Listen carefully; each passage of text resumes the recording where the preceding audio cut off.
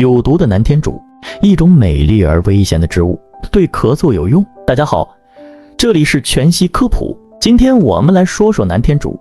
南天竹子别名红耙子、天竺子、天竺子、红狗子等，为小檗科植物南天竹的果实。南天竹是常绿灌木，高约2米，茎直立，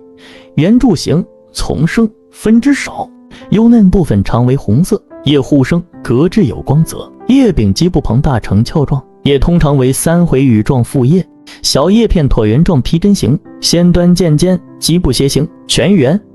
两面深绿色，冬季常变为红色，花呈大型圆锥花序，内两轮呈白色花瓣状，将果球形，熟时红色或有时黄色，花期5到7月，果期8到10月。南天竹子性味酸甘，性平，归肺经，具有敛肺止咳、平喘之功效，常用于久咳、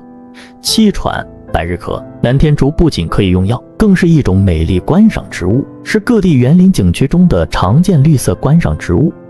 好了，本期的内容就到这里，我们下期再见。